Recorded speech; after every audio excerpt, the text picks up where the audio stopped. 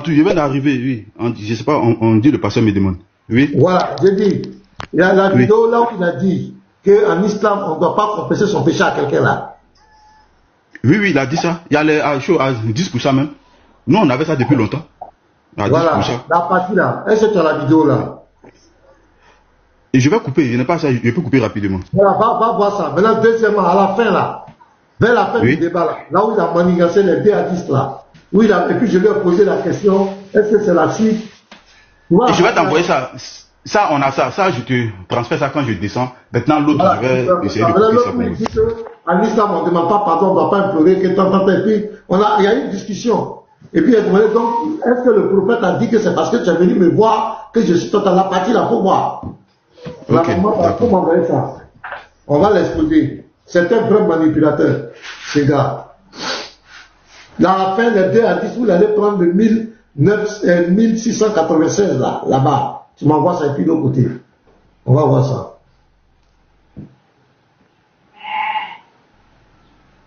On dit, ouais, pasteur, ça tient plaisanter. Allons-y. Voilà les frères, les parole maintenant. Pasteur, je suis là. Ouais, oui, pasteur. J'ai eu un appel là, un peu genre là.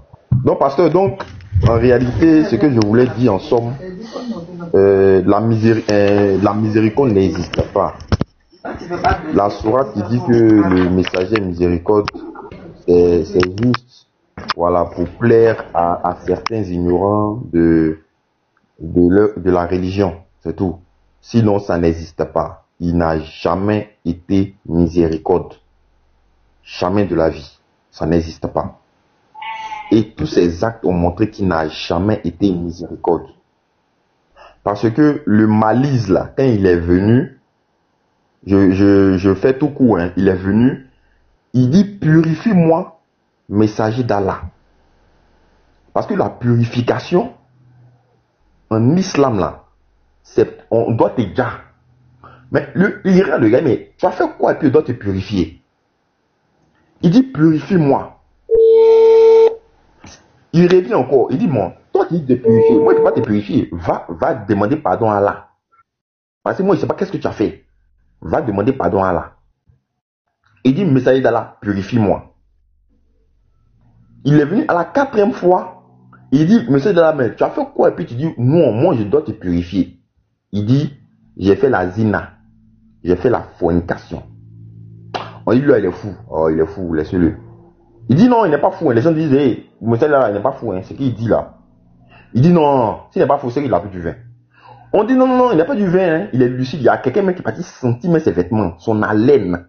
On dit, il n'a pas vu le possédeur là, bon. Donc, il l'a vraiment fait. Donc, ils l'ont pris et ils l'ont lapidé. Mais attends, quelqu'un qui vient vers toi, qui dit, j'ai commis un péché. Mais normalement, là, qu'est-ce qu'on fait? Parce qu'il est venu, il a dit, j'ai commis une faute. Donc, normalement, tu as dit, ah, je te pardonne. Mais non, hein. Automatiquement, il a pris à mettre, ils l'ont mis ses 2 pieds sous terre. C'est-à-dire, et puis sa tête, et puis ils ont commencé à le lapider. Maintenant, la dame, parce que c'est la dame, maintenant, qui est une polémique. La dame vient. Elle dit, messager d'Allah, purifie-moi aussi. Le messager d'Allah dit, bon, attends, il y a un qui est venu, il dit, il a fait fornication. Il dit, on va le purifier. Mais toi, tu as fait quoi? Elle dit, moi, j'ai forniqué. Elle dit, ah, donc c'est toi qui as forniqué avec Malise. Elle dit, oui. Elle dit, ok. On dit, mais cette dame, on dit, elle est enceinte. Il dit, elle est enceinte. Bon, elle n'a pas accouché. Si elle finit d'accoucher, là, on l'a lapidé. Donc, après son accouchement, il y a quelqu'un qui est quitté là-bas qui dit, hey, dans le texte, c'est traduit, hein. Attends, je vais lire. Attends, je vais lire. Attends. Pour la dame. Le récit de la femme de Gami. Attends, Maja. Donc, tu veux me dire que oui, la femme là, donc, celui avec qui elle a forniqué là, c'est lui qui est le premier là. Donc, c'est un couple. Attends. C'est lui qui est le premier, oui, oui. Donc, c'est lui qui a forniqué avec la femme. Oui, oui, oui. Tu as la preuve de ça? Mais là, c'est ici. Donc, quand vous parlez là, donnez les preuves, hein. Il était dit comme ça. Mais pasteur, il y a ça devant moi. D'accord. Non, pasteur, j'ai ça devant moi. Faut afficher. J'ai lu. Non, en fait, c'est sur mon téléphone. En ce moment, là, j'ai ce téléphone en ce moment. Sinon, c'est sur un DeepSeek, j'ai traduit. Voici ça. Voici la partie là. Je t'écris, attends. Je t'écris, tu m'envoies ça sur WhatsApp. Voilà, c'est très important. Je te donne mon numéro inbox. Je t'écris là, je te donne mon numéro, tu m'envoies ça et puis j'ai affiché. Voilà, pour qu'on puisse comprendre bien. Ok. Moi, je ne savais pas. Hein. Donc, les deux ont un lien. Maïs et la femme ont un lien. Oui, les deux ont un lien. Parce que je lis. Ensuite, une femme de la tribu des Gamides vint le trouver et dit, oh messager là, purifie-moi. Il répondit, malheur à toi, retourne demander pardon à Allah et réponds-toi. Elle dit, je vois que tu veux me renvoyer comme tu as renvoyé Maïs ibn Malik. Il demanda, pourquoi dis-tu cela? Elle répondit, je suis enceinte à cause de la fornication. Il demanda, c'est quoi? Elle répondit, oui. Hey. Pardon, reprends la partie, on n'a pas entendu. Reprends légèrement. Elle dit, je vois que tu as renvoyé, tu veux me renvoyer comme tu as renvoyé Maïs ibn Malik, le premier qui est venu dire au prophète, purifie-moi là. Mais le premier, il a été lapidé, non? Il demanda, pourquoi dis-tu cela? Oui. Il demanda, le messager d'Allah demande, pourquoi tu dis cela? Elle répondit, je suis enceinte à cause de la fornication. Il demanda, c'est toi? Elle répondit, oui. Donc il dit, attends, le gars qu'on a lapidé à cause de la fornication là, donc c'est avec toi la forniquée. Elle dit, oui, c'est avec moi. C'est écrit dedans. Je t'ai envoyé mon numéro. Je t'ai envoyé mon numéro. C'est écrit, c'est DeepSeek. L'IA là, il n'a qu'à traduire ça. Je t'ai envoyé mon numéro. Faut envoyer ça. Ah, moi c'est aujourd'hui. Ok, je t'envoie ça.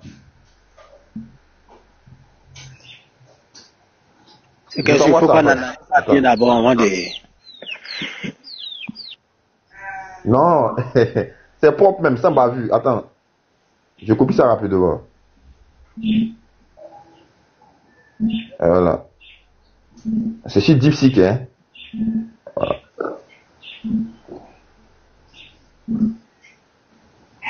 Attends.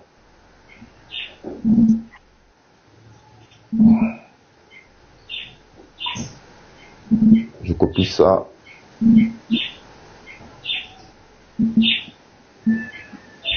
Ok, copier.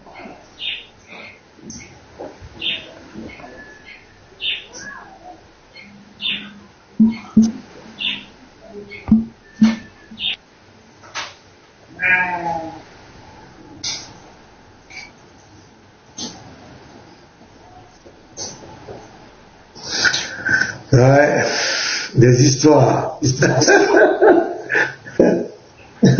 On aura tout entendu. Andropop, si tu es là, pour m'envoyer les éléments, hein. Andro, envoie-moi les éléments sur WhatsApp si tu n'as pas le temps. Mon 07, toi, tu m'envoies tout là-bas. On va exposer tout ici.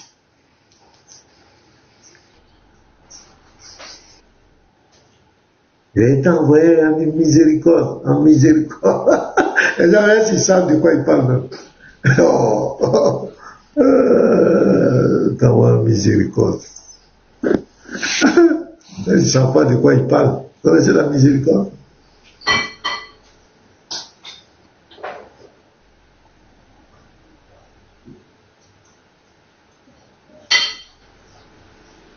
C'est qui avait mangé là? Il est aussi écrit. Tu manges quoi? Oh, vous avez pas j'étais monté, désolé. Est-ce que je peux rapidement... Ils sont en train de taper foufou matin. Désolé. Ah, toi tu veux foufou. Toi les Congolais tu veux foufou.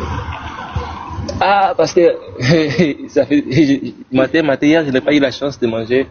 J'étais tellement occupé. Puis matin ici, je me suis réveillé. J'ai dit non. Attends que je recherche d'abord ma force. Mais pasteur, les méchants questions qui a été envoyé, mais en même temps, il est aussi consolateur, non? Ce n'est pas lui le consolateur? Pourquoi il n'a pas consolé la dame? D'après, ce sont les consolateurs. Il y a un consolateur. Bon, ça là, nous, on sait que c'est faux. Bon, moi je vais m'imiter, je vais juste vous donner un conseil. Si vous continuez à discuter avec ces gens, pasteur, vous finirez par devenir bêtes comme eux. Il faut les éviter. Là, je vous donne un conseil. Imaginez-vous, quand on parle de la miséricorde, dans la langue française, c'est simple à expliquer. Mais ces gens essayent de ramener ça selon l'islam. Quand on parle de la consommation des mariages, non, l'islam a sa définition à elle. Un oustaz qui me dit la création et la procréation, c'est la même chose. Et si je continue à côtoyer ce genre de personnes, déjà je ne suis pas intelligent. Je vais encore devenir plus bête. Donc c'est juste un conseil, pasteur. Évitez. J'ai compris ton conseil. Pasteur, est-ce que je peux, parce que je dois bouger. Ok. Merci, pasteur, et shalom encore aux frères qui sont sur le panel. Regarde, t'apporte, faites monter le mercure. On t'apporte, on partage. Je suis monté par rapport au... Bon live. Ok, on va te mettre en grand. Voilà, merci. En fait, c'est par rapport au hadith là que je suis monté, hadith concernant la femme. Parce que Mouata aussi en a parlé. Mouata de l'imam Malik. Voilà. Je suis dans le Mouata de Malik. Voilà. Je suis dans le livre 36. Le livre, 16. Le livre des sanctions pénales. Le chapitre 1 qui parle de la lapidation. Voilà. Hadith numéro 5. Voilà, donc toutes ces références-là, je pense que, voilà, on peut vérifier ça. Donc, on dit quoi ici? Zaïd ibn Tala rapporte que Abdallah ibn Abi Mouleika l'a informé du fait suivant. Une femme vint chez le messager de Dieu et lui confia qu'elle avait commis l'adultère et qu'elle était enceinte.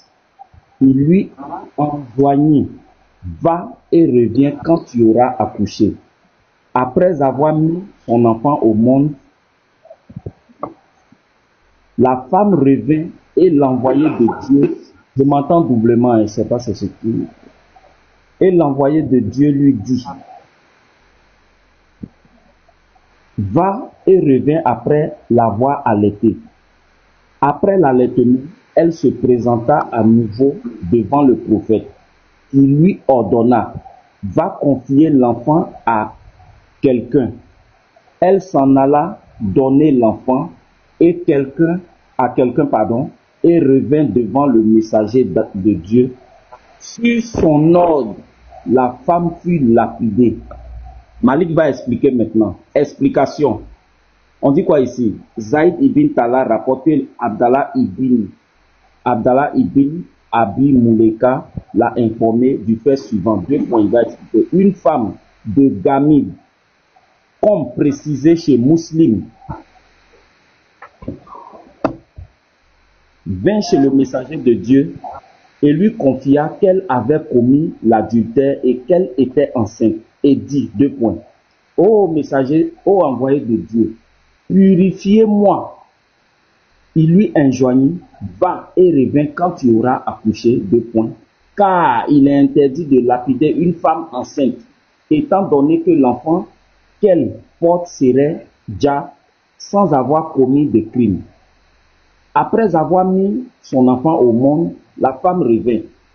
Dans le hadith de Boureïda, on trouve, après son accouchement, elle apporta l'enfant emmailloté dans un tissu et dit: voilà, je l'ai mis au monde. Et l'envoyé de Dieu lui dit: va et reviens après l'avoir allaité. Après l'allaitement, elle se présenta à nouveau devant le prophète qui lui ordonna: va confier l'enfant à quelqu'un. Elle s'en alla donner l'enfant à quelqu'un. 2 points. Elle le remit à un homme d'entre les musulmans. Il est très probable qu'en le lui confiant, elle l'a informé de l'événement. Puis, il a fait venir l'homme en même temps que le bébé et le lui a confié avant d'être plus sûr qu'il s'en occuperait. Ceci est un signe de la grande compassion du prophète envers les créatures de Dieu et revient devant le messager de Dieu. Sur son ordre, la femme fut lapidée. Dans le Sahih de Muslim, d'après Abdallah ibn Bouraïda, d'après son père, on lit. Puis il ordonna de creuser un trou jusqu'à la hauteur de sa poitrine et enjoignit aux gens de la lapider. Khalid ibn al-Walid se présenta avec une pierre qu'il lança sur la tête de la femme. Le sang gicla sur sa figure et il l'insulta. Quand le prophète l'entendit, il intervint. Doucement, ô Khalid, par celui qui détient mon âme dans sa main, elle a exprimé un tel repentir que nous-mêmes, s'il venait d'un percepteur, c'est-à-dire un injuste, il serait pardonné. Ensuite, le prophète donna l'ordre d'effectuer la prière funèbre pour elle et de l'ensevelir parce qu'elle était morte. Donc je redonne encore, c'est dans le Muwatta de l'imam Malik. Hadith 5. Non, c'est clair, frère. Regarde, tu vois, non? J'ai les larmes aux yeux, même. Ils disent que bon, on agit avec l'émotion. Non, ça dit que on est obligé d'être émotionnel. Nous sommes des êtres humains. Regardez même la bonne foi de la femme, les frères. Elle pouvait fuir.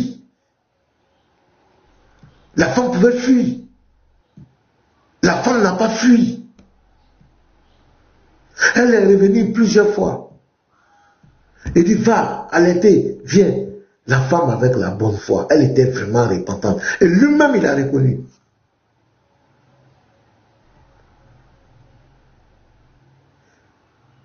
Lui-même, il a reconnu qu'elle s'est repentie. Mais tu es envoyé en tant que miséricorde. Pourquoi ne pas épargner la vie de la femme? Pourquoi ne pas épargner la vie de la femme? Même à cause de l'enfant, du bébé. Pourquoi ne pas épargner la vie de la femme? Parce qu'il y a possibilité, selon la Sourate 4, verset 64, il y a possibilité de prier Allah pour que Allah lui pardonne.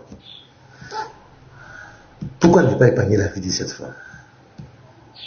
Vraiment, c'est... Et quand je vois des gens qui veulent défendre ça, des gens qui veulent défendre cette bassesse et qui vont dire, ils ont maté Pasteur Ménard. Ah! Est-ce que ça va? Est-ce que ça va? Cette pauvre femme, il n'a pas eu pitié de la femme.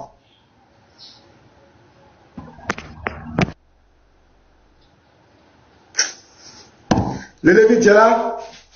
Passé. Ouais, je suis là, hein. Je suis là. Mes frères, lisez le hadith sans passion. Lisez-le de façon froide. Lisez. Vous, c'est que le frère vient nous montrer encore. C'est terrible, frère. Et quand on voit des personnes, au nom de quoi, à cause de quoi vont défendre cet acte ignoble, abominable, d'une pauvre femme, au-delà même des débats, et ils veulent mentir. C'est pas possible. Ouais, le Lévite, il t'a transféré? Il dit qu'il a un problème de réseau, mais il dit que ce qu'il t'a envoyé là, pour toi, tu as reçu. Moi, je n'ai pas encore reçu. Ah, c'est ça qu'il a reçu. Et puis, Garizi m'a écrit en commentaire qu'il a envoyé la vidéo aussi. Ouais, je sais. Garizi m'a écrit en commentaire. Ah, voilà, ça ici, j'ai vu. J'ai vu ça. Vas-y, 2 minutes. Une motion. Ah, vas-y. Ok, donc shalom à tous les frères, shalom frère Lévite. Avant de commencer, le pasteur a bien défini miséricorde selon le dictionnaire, pour qu'on sache bien de quoi on parle. Et il y a l'impression que c'est parce qu'ils ne comprennent pas qu'ils discutent. Et même selon la Bible, nous sommes clairs sur ce passage. Quand tu prends Hébreux 10, le verset 28, il dit quoi? Celui qui a violé la loi de Moïse meurt sans miséricorde sur la déposition de 2 ou de 3 témoins. C'est-à-dire que quand la loi est prescrite, il y a des conséquences œil pour œil, dent pour dent. Celui qui commet l'adultère, on doit le lapider. On dit le fait d'appliquer ça là, c'est ça qui détermine le manque de miséricorde. C'est pour ça que nous disons que la miséricorde c'est Jésus et la miséricorde est venue avec Jésus. Et que dit Jacques? En réalité, dans cette religion dont on parle, il n'y a pas de miséricorde. Quand tu prends Jacques 2, verset 13, on nous enseigne que car le jugement est sans miséricorde pour qui n'a pas fait miséricorde. La miséricorde triomphe du jugement. Donc la définition que la Bible donne de la miséricorde n'est pas différente de ce que dit la Bible. On dit la miséricorde triomphe du jugement. C'est-à-dire que quelqu'un mérite une peine, il mérite les conséquences d'une peine, mais on lui dit qu'on te fait grâce. C'est vrai que tu es coupable, voilà les conséquences que tu mérites, mais je te laisse. C'est en ce même sens qu'on a envoyé une femme adultère à Jésus. Il y avait les témoins, tout le monde était là. Jésus a dit que lui qui n'a jamais péché, qui lance le premier la pierre, tout le monde s'est retiré parce que c'était des pécheurs. Mais lui, il pouvait dire que eux ils se sont retirés parce que ce sont des pécheurs, mais moi que tu vois, il n'a jamais péché, donc moi je suis le seul habilité à appliquer la peine sur toi. Mais il a dit, moi non plus, je ne te condamne pas, va et ne pêche plus. C'est ce qu'on appelle la miséricorde. C'est pas possible qu'on donne un autre sens à ce mot, c'est pas possible. Quand on dit que Jésus est la miséricorde, on peut démontrer dans la Bible tous les actes qui prouvent que lui il est la miséricorde dans tout l'univers. Maintenant, pour eux, là, quand on le prend et qu'on le met en face de ses actes, le mot miséricorde n'a plus de sens avec lui. C'est de ça que nous parlons. Donc c'est clair, tous les textes sont clairs, tout ce qu'on voit là, c'est assez clair pour qu'on ne vienne pas faire des débats sur ça. Maintenant, si quelqu'un veut faire un débat, il faut qu'il soit sûr qu'il connaisse ce qui veut dire miséricorde. Voilà, ça c'est la motion que je voulais faire. Merci beaucoup. Merci beaucoup. Ah, c'est clair, c'est que le frère envoyé là, c'est écrit dedans. Voilà, il dit, je suis enceinte à cause de la fornication. Il demanda, c'est toi? Elle répondit, oui. Il lui dit, alors, attends d'avoir accouché. Et il va faire déjà. Il n'y a pas de miséricorde ici. Donc, c'est vrai, c'est ce que le frère dit. Donc, on dirait que c'est la femme qui a forniqué avec le premier qui a été déjà, selon la tradition qu'il a donnée ici. Ok. Allons-y, hein, si quelqu'un a quelque chose à dire. Cette sortie-là, Mélie. Oui, je vais dire quelque chose. Je vais dire quelque chose. Je vais dire quelque chose rapidement. Ouais, je vais dire quelque chose rapidement. S'il y a un musulman qui monte ici pour venir défendre sa religion, chose qui est sa foi, chose qui est normale, la première des questions qui se doit, c'est-à-dire l'exercice qui se doit de faire et d'appliquer, c'est de nous donner le sens de la miséricorde en islam. Parce qu'avec vous les musulmans, il y a toujours des surprises. Par exemple, chez vous, manger veut dire peut-être aller se promener. En islam, courir veut dire peut-être être couché. Donc, commencez d'abord par nous donner le sens de la miséricorde en islam. Et on va partir sur la base du sens de la miséricorde en islam. Peut-être qu'on est en train de faire sur route. On prend une définition française qu'on veut coller à l'islam. Donc, s'il vous plaît, miséricorde que nous on connaît là, peut-être que c'est pas la même chose chez vous. On accepte ça. Donc, donnez-nous la définition de miséricorde. Parce que chez vous, les mots ont différents sens. C'est-à-dire que ce qu'on connaît, ce qu'on a appris, on est parti à l'école du CP1 jusqu'à là où on est arrivé là. En islam, quand on va là-bas, c'est carrément et totalement le contraire.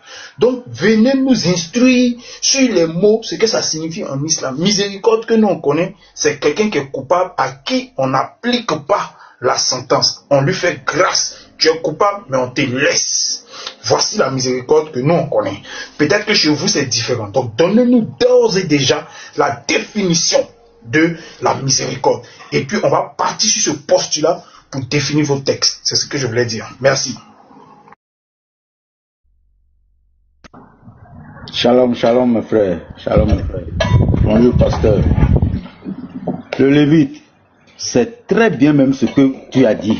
C'est ce que je voulais dire même. Si un qui vient là, la définition de miséricorde selon eux, parce que quand on prend 10 personnes, je crois que les 10 personnes là vont dire même chose pour la miséricorde. mais nous ne savons pas leur explication à propos de miséricorde. Si quelqu'un vient, qu'il explique la miséricorde, ce que ça veut dire avant d'aller au fond du débat. Parce que moi, ici, la lecture que mon frère vient de faire tout de suite là, moi j'ai les larmes aux yeux.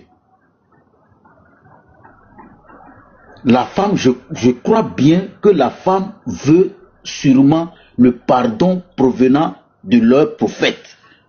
C'est pourquoi elle insiste. Parce que elle-même, au fond d'elle, elle est gênée de faire ça. Donc elle est venue chez le prophète pour expliquer le cas, pour qu'elle ait le pardon. C'est ça à quoi elle s'attendait. Mais malheureusement, c'est renversé. Qu'est-ce qu'on peut faire? Et ces gens... Hier, pasteur, hier, j'ai écouté sur YouTube, quelqu'un est venu poser la question à, comment on appelle, ce Kiang là qui fait débat interreligieux partout au monde là. J'oublie son nom un peu. Le gars est venu lui demander que il a lu dans leurs documents que si un Kiang quitte leur religion, il n'a qu'à être Dja, qui n'a qu'à expliquer ça. Et venez voir, il est rentré en brousse. Il a parlé de ça, il est tombé sur ça, il est ressorti sur ça. On ne comprend même pas sa réponse. Vraiment, c'est triste, mes frères. C'est triste. Shalom les frères. Bonjour pasteur. En fait, je voulais t'inviter rapidement. Vous m'entendez? Oui, t'entends. On te reçoit. Ok. Shalom à tous. Maintenant, merci pour le travail que vous faites. En fait, je pense que vous êtes dans le bon sens. Vous voulez parler de l'islam et puis vous restez dans le bon sens. Hier, après le débat, je suis allé sur... J'ai suivi Patriote pour écouter le live. Pour eux, la miséricorde, c'est quand tu pêches et puis tu acceptes de subir les sanctions prévues par Allah. À ce moment-là que la miséricorde agit pour toi, selon eux, pour sauver ton âme. Ça veut dire que si tu as forniqué, tu dois accepter quand tu lapides à mort. Donc si on veut continuer là-dessus, on va prendre la charia. Ça veut dire que si tu as volé, on doit te couper la main pour que tu sois pardonné. Si tu as braqué, on doit couper ta main et ton pied du côté opposé pour que tu sois pardonné. Voilà comment ils appellent la miséricorde en islam. Or, en réalité, c'est ça de voir, ça ressemble très pour très à ce que les terroristes pratiquent. Les terroristes pratiquent. Pourtant, ils nous font savoir que les terroristes ne sont pas des musulmans. Donc, moi, je pense qu'en réalité, hier, le pasteur, ce qu'il a fait hier, il est venu même livrer l'islam. Parce que, comme vous le dites toujours, les musulmans n'enseignent pas leurs textes aux gens. Ils parlent de Jésus n'est pas Dieu. Donc, nos frères ou ceux qui sont convertis sans savoir ça là. Parce qu'on n'avait pas les miséricordes, eux, ils imaginent qu'il s'agit de, comme Jésus le dit là. Où dit à la femme qui a commis l'adultère, va et ne pêche plus. Eux, ils pensent que c'est comme ça. Or, en islam, selon ce qu'ils ont dit hier, quand tu pêches, on doit appliquer la sanction. Donc maintenant, comme Jésus l'a dit, que celui qui n'a jamais péché, est-ce que eux, tous ces débatteurs-là, ils sont ceux qui n'ont jamais commis un péché conformément à tout ce qui est réprimandé par Allah? Forcément, c'est le cas.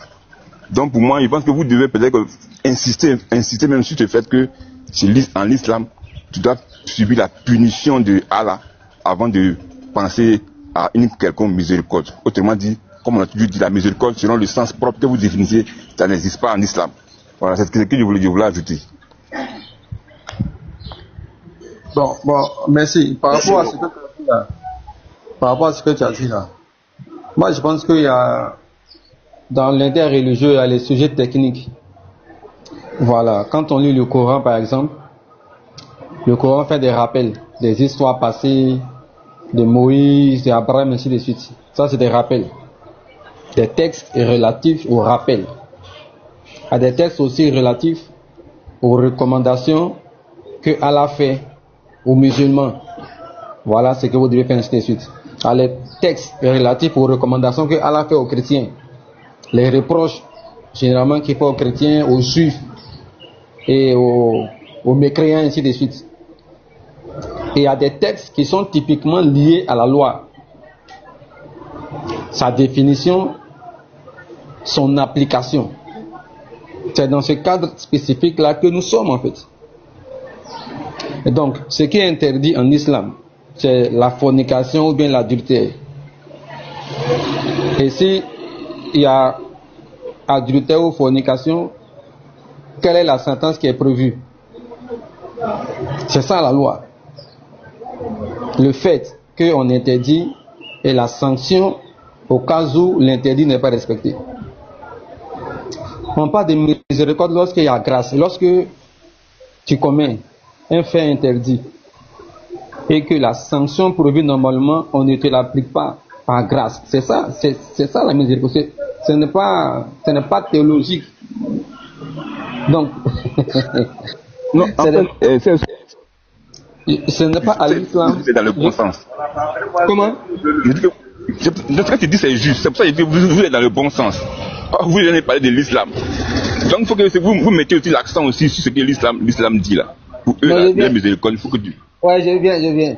On ne peut pas me dire, on ne peut pas nous dire, nous qui avons tous nos sens là, que quand quelqu'un commet un acte ou bien un fait que l'islam condamne, aller purger sa peine, soit par lapidation ou bien par ablation peut-être d'un membre, et que cet acte-là, c'est ça qui est de la miséricorde, ça n'a aucun sens. Ça ne veut rien dire en fait.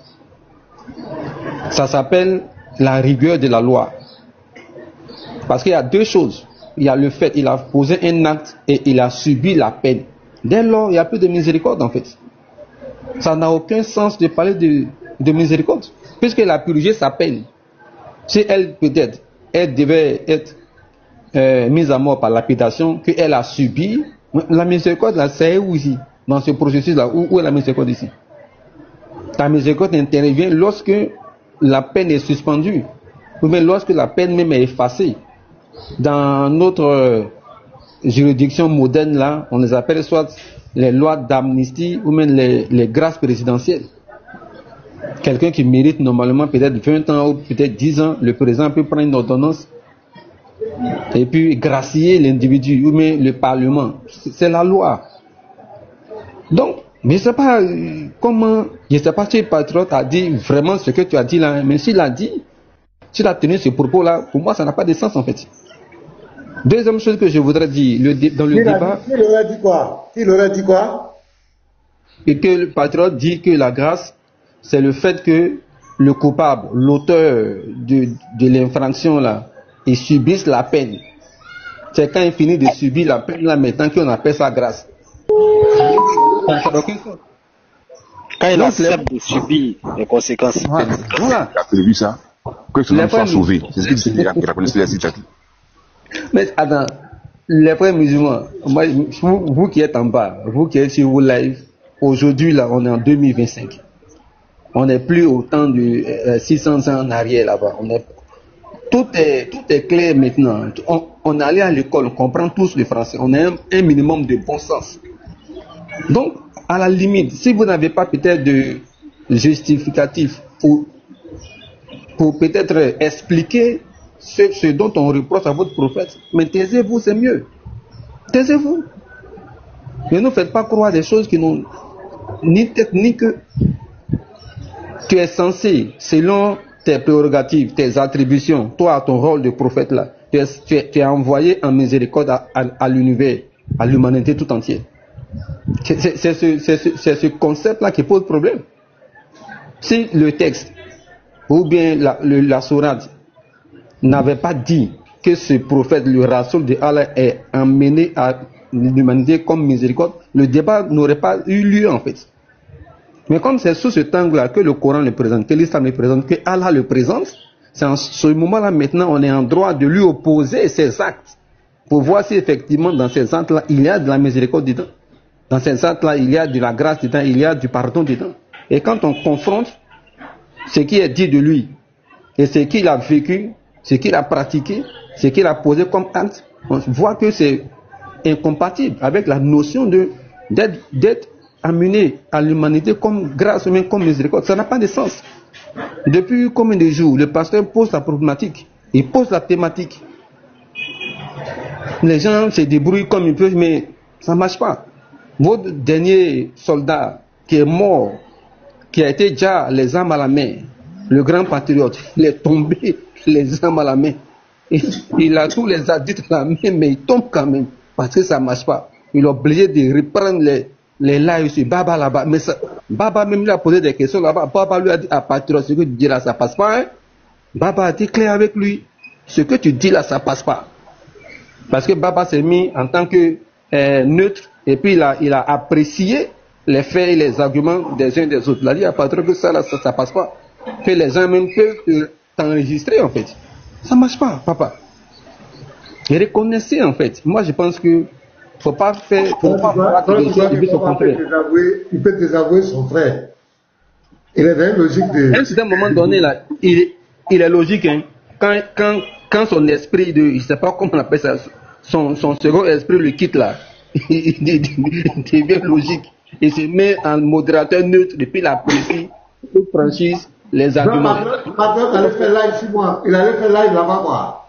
Oui, mais il a pris votre débat là, et puis il allait projeter ça sur Baba là-bas, et puis il faisait le commentaire avec Baba. Non, pour montrer que lui, il a raison, quoi. Voilà. Il allait se justifier là-bas.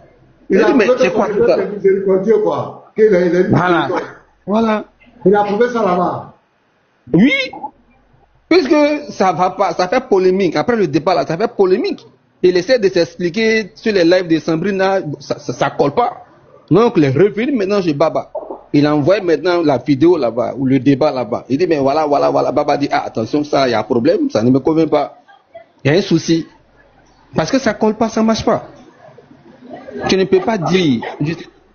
Franchement, moi je pense que, en fait, le problème c'est quoi? C'est un problème de conscience.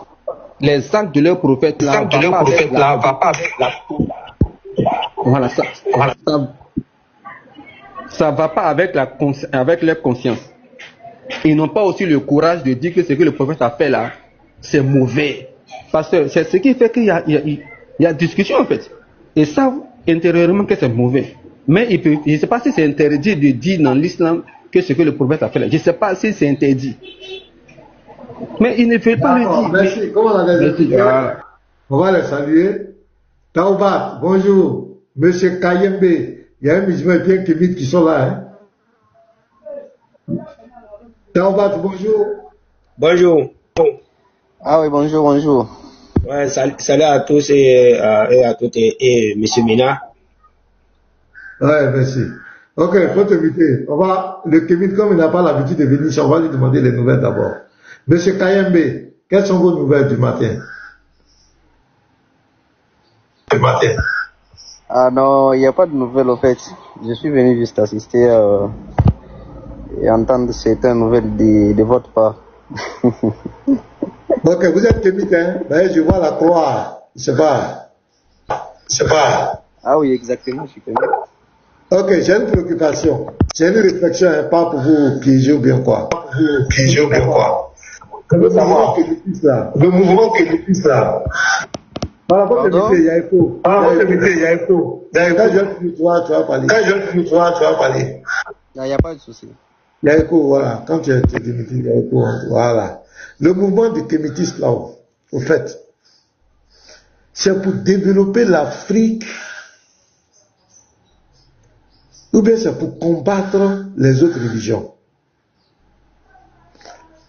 Développer l'Afrique, ça veut dire que permettre que l'Afrique puisse épanouir l'indépendance économique de l'Afrique, l'Afrique puisse redorer son blason, être au même niveau que les autres développements économiques, social, politique, la stabilité, pour que le bien-être, il y ait le bien-être des Africains. Voilà, sur tous les plans, les Africains puissent s'épanouir. Ou bien c'est essentiellement pour combattre les religions. Les autres religions qui ne sont pas kémites. Tu as compris ma question? Nous ne sommes pas là pour combattre des religions. ça cause un peu de débat. Lorsqu'on commence à combattre des religions, c'est parce que c'est eux qui essaient de s'attaquer à nous. Sinon, nous sommes là pour le développement de l'Afrique, c'est tout. Nous ne sommes pas là pour combattre les religieux. Pardon, le primitif, c'est pour le développement de l'Afrique. Pardon? C'est pour le développement de l'Afrique. Oui, bien sûr. Nous ne sommes pas là pour combattre des religieux. Ok, merci beaucoup. Donc tu vas t'imiter. Comme il y a écho, mets-toi, je vais parler. Donc ce que je voulais dire, c'est ça le paroxysme, c'est ça qui est paradoxal. C'est-à-dire, voici un kémite qui dit que lui, ils ne sont pas là pour combattre les religions. Mais quand on écoute les prédicateurs du kémitisme, tous les débats, c'est pour s'attaquer aux autres religions. Maintenant, si vous êtes là véritablement pour développer l'Afrique, aux États-Unis, par exemple, les Américains, il y a plusieurs bords. Il y a les francs-maçons, il y a les catholiques, il y a les chrétiens, il y a les bouddhistes, il y a toutes sortes de religions. Mais quand il s'agit de l'intérêt de l'Amérique, on met tout ça de côté. Les Chinois, même il y a les chrétiens en Chine, il y a tout.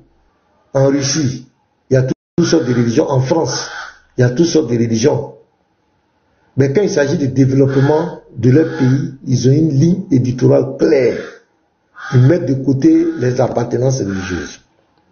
Le conseil que nous on donnerait au Kémite, au mouvement Kémite, si c'est véritablement pour développer l'Afrique, ils ont besoin de toutes les forces vives de l'Afrique. C'est-à-dire qu'ils doivent retourner, ils doivent rassembler tous les Africains autour d'une idéologie. Que l'Africain soit musulman, l'Africain soit chrétien, soit bouddhiste, soit je ne sais quoi. Si vraiment ce mouvement-là est venu pour développer l'Afrique, il doit laisser les considérations religieuses.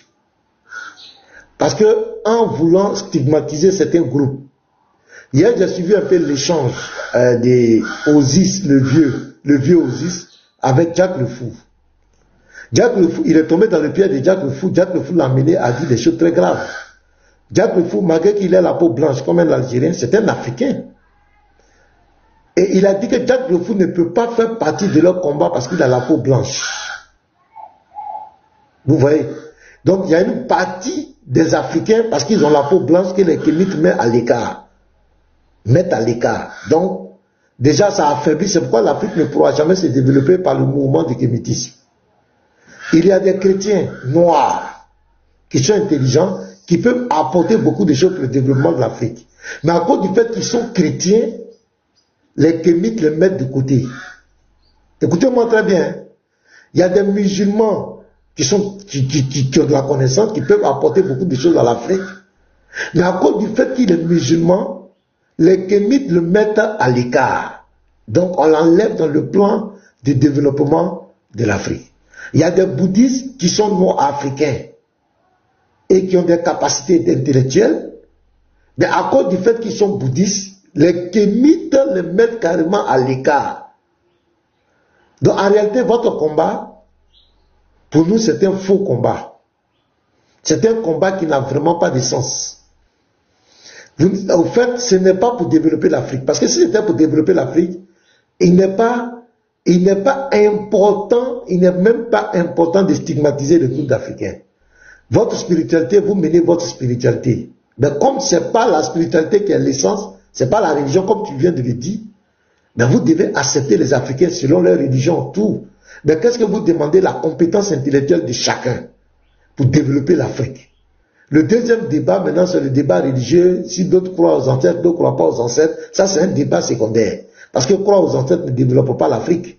Aller faire des libations, c'est pas ça qui va développer l'Afrique. Aller déterrer des crânes, c'est pas ça qui va développer l'Afrique.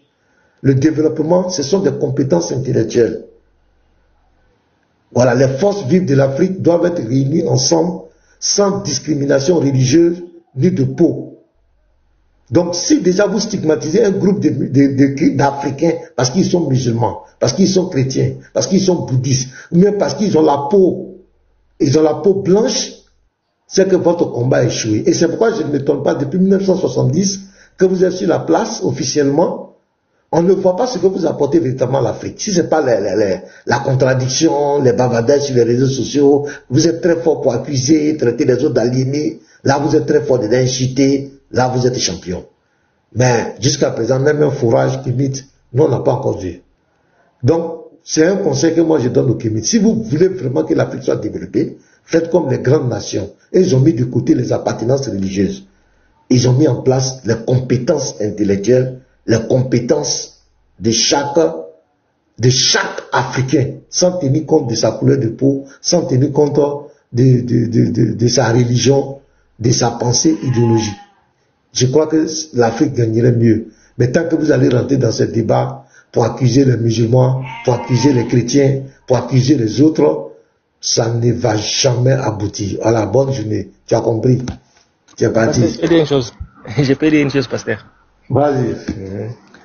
Je pense que moi, je l'ai toujours dit. Je l'ai toujours dit, des Kémites, ce sont des, je sais pas, pour qu'on ne coupe pas ton live, les RAC, racistes. Et ce sont des gens qui ont une haine avouée contre les Blancs. Toute nation fut colonisée. Moi, quand j'ai appris une partie de l'histoire, je fus étonné de voir que les mêmes nations qui nous ont colonisés ont été colonisées.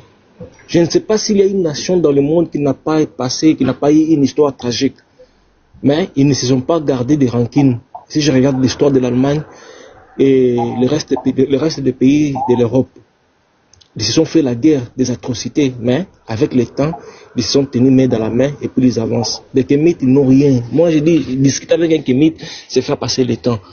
Les uns, ils n'ont pas de livres. Les deux, ils n'ont pas d'idéologie. Lorsque les Juifs, lorsque les sionistes voulaient rentrer chez eux au pays, ils n'ont pas seulement dit, laissons l'Europe, retournons chez nous. Non, ils savent. Kayembe, tu me fais de l'écho. Merci. Lorsque les Juifs voulaient rentrer chez eux, ils n'ont pas seulement dit la haine des Blancs pour rentrer. Non, ils ont commencé d'abord à former les jeunes Juifs, l'élevage, culture et tout consort, à apprendre des choses. Et puis lorsqu'ils sont rentrés chez eux, et ils sont ce qu'ils sont aujourd'hui. Les Kémites, c'est juste la haine contre les Blancs, parce que selon eux, pourquoi on adore seulement la religion des Blancs, pourquoi on adore seulement la religion. Peu importe, vous avez mentionné, vous avez parlé de ce que les vieilles, l'autre vieux a dit, quand on lui dit les Égyptiens et les Arabes, ils sont des Africains. Et pourquoi ils excluent les Africains qui ont une peau claire? Parce que ce sont des racistes qui n'aiment pas les autres. C'est tout. La haine de la religion, parce que la religion ne produit rien. Ce n'est pas forcé. Moi, j'ai travaillé dans des pays où vous verrez, pasteur, on n'a même pas besoin de ta religion. On n'a même pas envie de savoir c'est quoi ta religion, c'est quoi ton côté sexuel. Non, on pose la question, est-ce que tu peux? Montre-nous ta qualification. Même si tu ne parles pas bien la langue, montre ta qualification, on te donne le travail. C'est tout ce que les Kémites pouvaient nous demander, nous inviter à faire. Et nous inviter, peut-être moi, le fait d'être chrétien, c'est ce qui me donne la sagesse, c'est ce qui me donne l'intelligence. Donc maintenant, vous ne voulez pas que je puisse être chrétien et je deviens Kémite. Je vais faire comment alors? Il y a quelqu'un, le fait qu'il est occultiste, c'est ce qui fait de lui, sa sagesse, c'est le fait d'être occultiste. Sa croyance, c'est ce qui l'aide à être intelligent. Maintenant, vous lui demandez d'arrêter pour qu'il puisse devenir bourrique. Et comment on va développer l'Afrique? Donc c'est un peu ça, pasteur.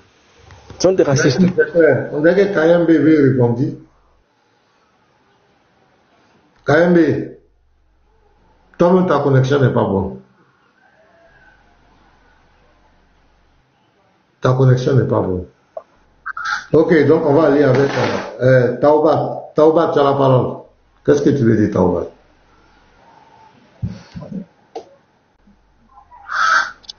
Ok, salut à tous. Salut.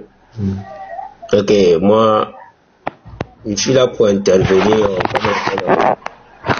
Bonjour le panel. Si le sujet bonjour, j'espère que vous allez très bien.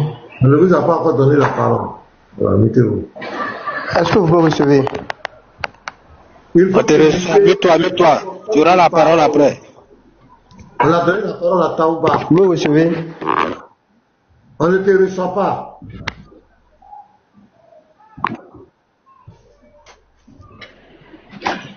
Faut te muter. On ne peut même pas le muter. Il bug. Taouba, on dit de ne pas crier aujourd'hui. Ok. Allez calmement, de ne pas crier.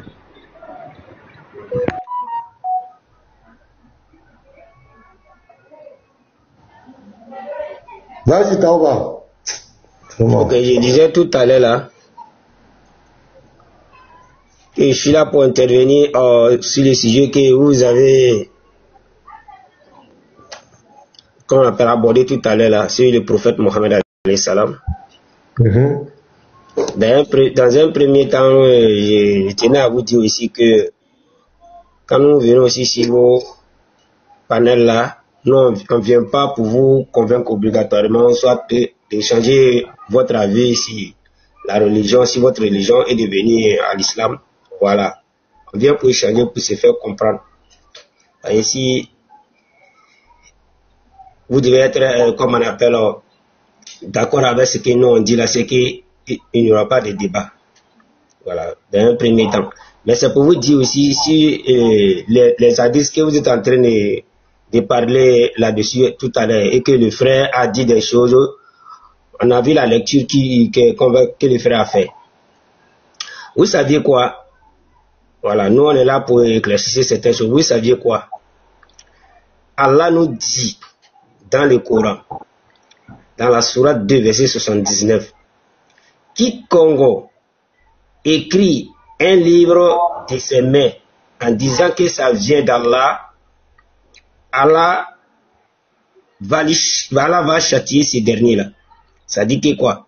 Vous voyez que les hadiths que vous voyez, les savants qui ont écrit les hadiths là, ils se sont assis pour réfléchir, on a la connaissance.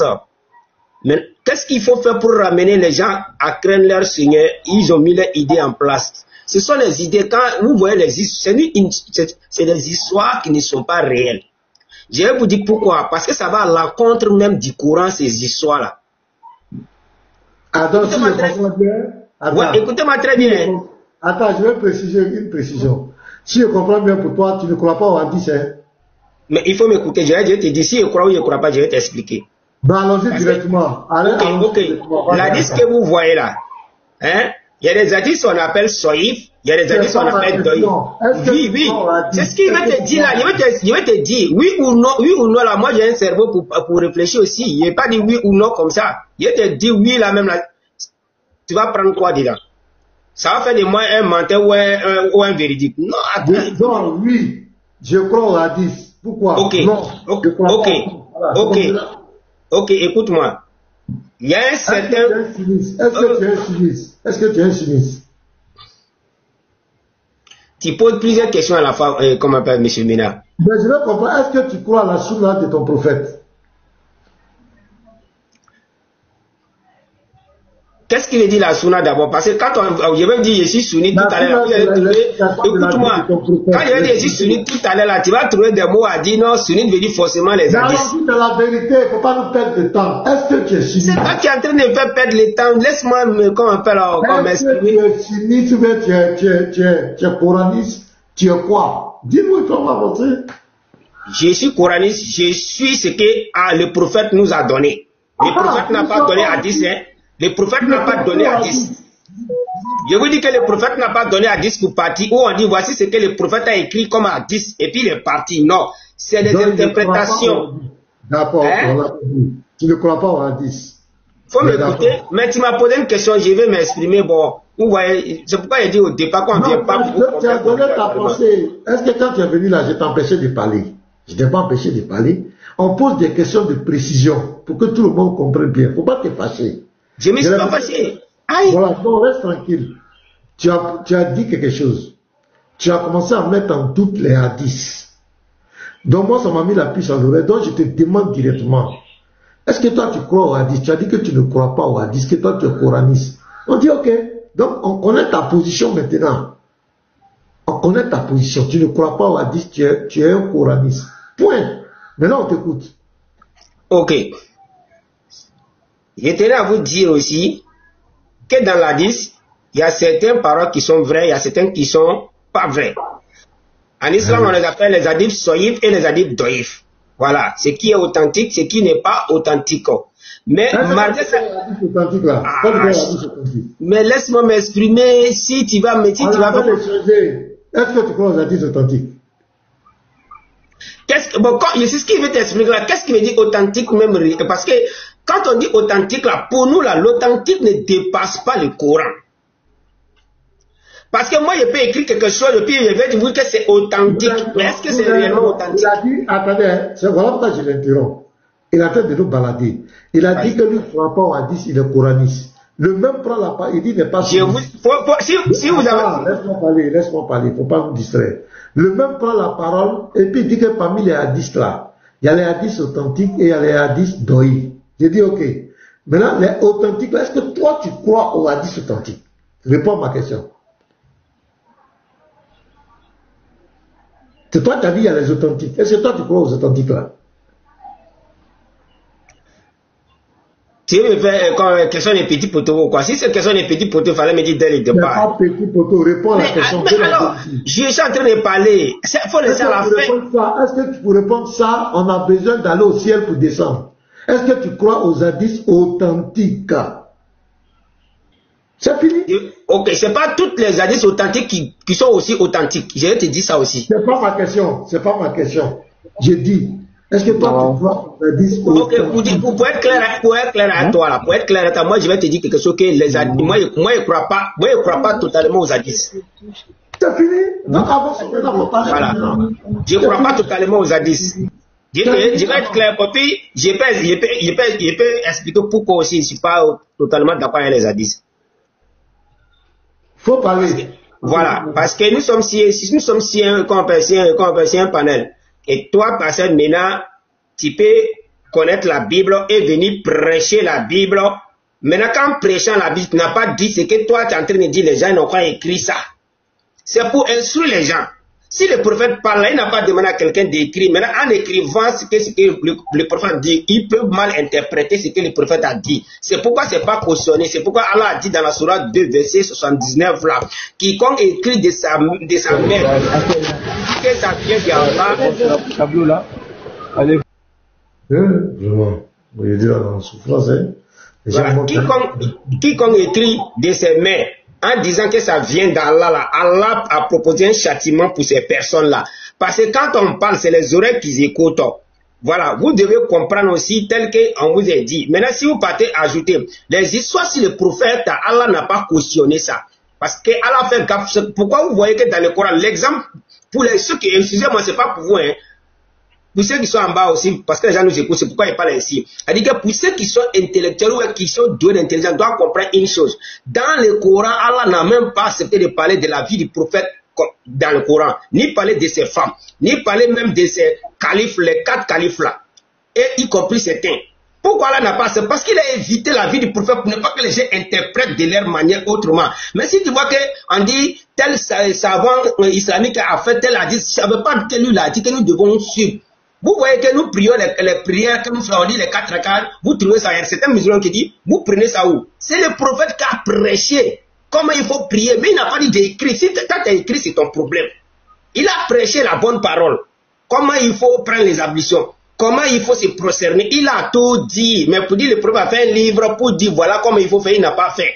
Maintenant, si l'histoire du prophète, s'il y a un certain savant qui vient faire l'histoire, si le prophète a accouché avec une fille à partir de 6 ans, Allah n'a pas autorisé un croyant même de parler de la vie intime du prophète. Est-ce que cela fait partie de la mécréance? Toute personne qui parle de la vie intime du prophète. On a compris. Ça, voilà. C'est les blaguettes. On a compris. Voilà, non, c'est pas pour vous, je l'ai dit. Écoute-moi, quand ça chauffe, les hadiths, on les rejette. Quand ça chauffe pas, on prend les hadiths, on connaît ça maintenant. Et je bénis le travail de tous les apologètes. Aujourd'hui, j'ai des vidéos aussi où les gens rejettent carrément les hadiths. Qui disent même que, parce qu'avant on nous disait que on ne peut pas suivre l'islam sans la sunna. Mais aujourd'hui, il y a des gens qui rejettent la sunna à visage découvert. Je vais vous donner une vidéo là, regardez. Ouais, la vidéo du gars là. Ok, laisse-moi intervenir juste avant que tu aies trouvé la vidéo. Non, il faut te taire, je viens. Quand je vais finir, il faut te taire. Tu as parlé, tu n'as rien dit, je vais montrer. Voilà, c'est pas ici là. Où est le gars là? Ah bien c'est ça. Là. Attends, je vais voir quelque chose.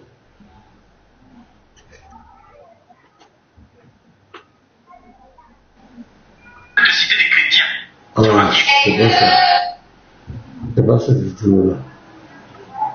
Ah, c'est pas ici. Attends. Comment c'est où ça? C'est ici, non?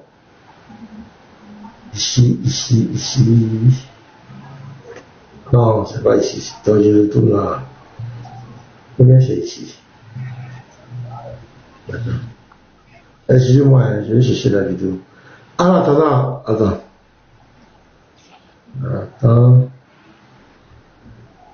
Mais c'est ça. Enfin, ça. Non, c'est pas ici. C'est pas ça. Et ça. Et je vais t'enseigner sur quelque chose. Ouais, où j'ai mis la vidéo là. Matin même, j'ai vu ça. Mais c'est ici. Où les gars rejettent aujourd'hui les Boukari, tout ça.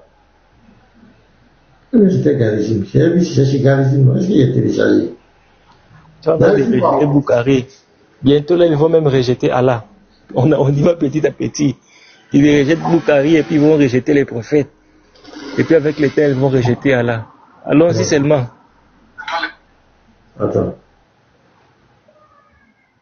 Attends, ouais, ici, là.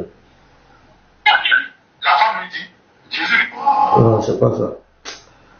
Je sais pas où j'ai mis la vidéo, là. D'accord, c'est bon. Donc, je sais pas où j'ai mis la vidéo, là. La vidéo était là. Garizim, il y a une vidéo que tu as publiée, là, où il y a le gars, là. Il y a un musulman qui rejette, là. Il dit Boukari n'est pas authentique. Boukari n'est authentique que pour lui-même. Je sais pas, j'ai vu ça sur ton. Je ne sais pas s'il est téléchargé. Je m'en dirais que j'ai oublié de télécharger. C'est là, tu dis. Ok, Taoubat. Maintenant, nous, notre sujet là, c'était la sourate 21, verset 107. Où on dit Mohamed n'a été envoyé qu'en miséricorde pour l'univers. Tu es d'accord, non? Oui, je suis d'accord. Ok, quand on dit qu'il a été envoyé en miséricorde pour l'univers, ça veut dire que la miséricorde, c'est quoi? Ok. J'ai vu entendu parler tout à l'heure, parce que la miséricorde appartient qu'à Allah lui seul. Quand Allah dit, pasteur, le Lévite avait, désolé pasteur, le Lévite avait dit quelque chose. Avant de commencer, on définit d'abord la miséricorde. C'est ce qui est sur la même longueur d'onde. Pour respecter ton ménat aussi qui m'a donné question, ton pasteur ménat. Tu dois demander permission d'intervenir, il ne faut pas couper ma parole comme ça en même temps. C'est pas à moi qui coupe ça. Frère, je suis chez moi. Frère, je suis chez moi. C'est très bien. C'est pourquoi j'ai dit il faut considérer ce frère. On va avancer. J'ai dit, d'abord la miséricorde, c'est quoi? C'est très important. La miséricorde, c'est le pardon. Je vais dire clairement, la miséricorde, c'est le pardon d'Allah. Que Allah te pardonne. C'est ça que la grande miséricorde. Il dit que lui, sa miséricorde est grande que sa colère. Ce qui veut dire. Mon frère, arrête de crier, parlez beaucoup. Je ne crie pas. Mais quand vous me donnez la parole, laissez-moi m'exprimer. Je dis, quand on dit, bon, d'abord, il faut parler.